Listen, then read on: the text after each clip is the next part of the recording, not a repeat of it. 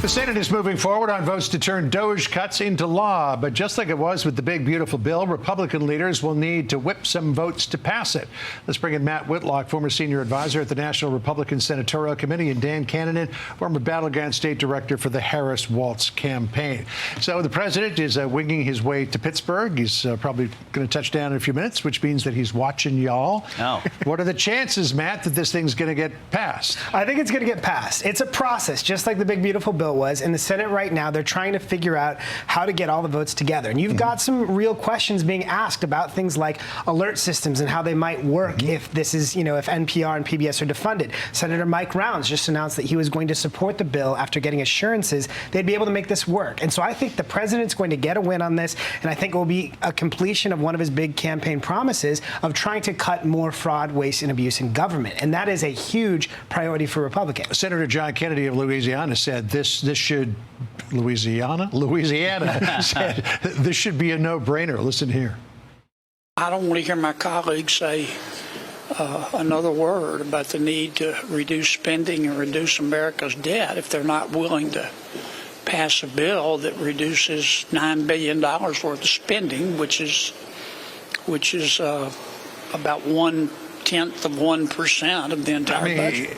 He's saying that this is a nominal amount, but that it sends an important signal. But I'm sure the Democrats are going to stand in the way fiercely on this. I'm glad he pointed out the nominal amount part of this, John. I think it's important to put this context for the American people because trillion and billion are both big numbers. It's hard to get your head wrapped around what those things are. The debt in the reconciliation bill, the big, beautiful bill, was $4 trillion in new debt.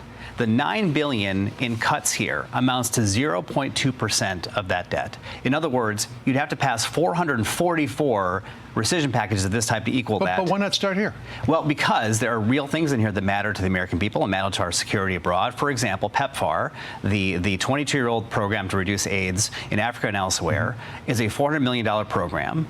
It has resulted in 26 million lives saved over 22 years. It is incredible soft power for us abroad. It's about 1/40th of what we spent on the Israeli-Gaza conflict in the last 2 years alone, but it gives us great leverage to cut something that gives real value that is nothing more than a drop in the bucket, not even a fig leaf, a literal drop in the bucket of the trillions of debt Republicans just passed for tax cuts is irresponsible. So you think it's going to pass?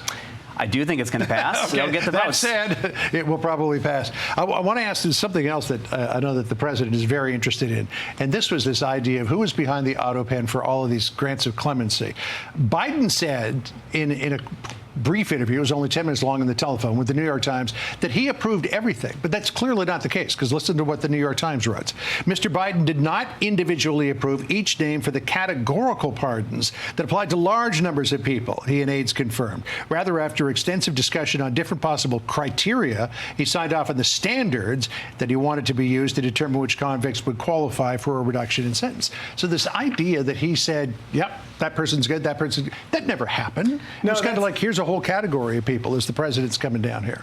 That's exactly right. And it's important to remember that these pardons were already unprecedented in how far they went. And you have people like, Dr. Fauci and Adam Schiff, who actually said they didn't need these pardons because they hadn't committed a crime. And so they're a little bit concerned that it makes them look more guilty. So when you add to that unprecedented nature, the fact that this was done with an auto pen with very vague instruction about how it's done, there's going to be a lot more questions from Congress. I think Jeff Zients is likely going to have to answer a lot more questions about his role in determining those classes of people that they gave those pardons to and the process up to the auto pen. When you look at the sheer numbers of this, you wonder how any president could say, yeah, let's sign off on this person individually. It would have to be done through entire categories, which then leaves open, do you know everybody and their background? President Trump says he didn't think Biden knows at all who he was signing these papers do you, for. John, think that President Trump... Listen to this. Sure, Let's sure, let sure. him say it. Sure. The auto pen, I think, is maybe one of the biggest scandals that we've had in 50 to 100 years. This is a tremendous scandal. I guarantee he knew nothing about what he was signing. I guarantee it. So they're going to figure it out, and we'll see what happens. All right, so respond to that. Well, Johnny, make the point that, presidents sign things that perhaps they don't know everything in every detail of the package. I don't think Donald Trump knew every detail of the big, beautiful bill as it raced to his desk. Members of Congress voted Nancy on it without Pelosi knowing. didn't know hardly a thing Nobody about knew what's in Obamacare. that We got to stuff. pass the bill so we can find out what's inside. But that is not the standard here. Look, the auto pen gets used by every Republican and Democratic president. There was an auto pen letter to Biden that was signed by Jim Comer's auto pen from his office. I mean, this happens all the time. It has nothing to do with what the president knew or did not know. And the fact that the president, former President Biden, that is, said himself, not through a ventriloquist, but through his own mouth, I made these decisions. That's it. Case closed. Yeah, but he doesn't know everybody he pardoned.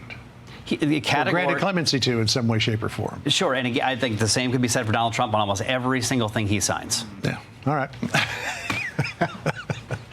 I'm sorry. I still love the Nancy Pelosi reference. Thanks, guys. Appreciate it. Hey, Sean Hannity here. Hey, click here to subscribe to Fox News YouTube page and catch our hottest interviews and most compelling analysis. You will not get it anywhere else.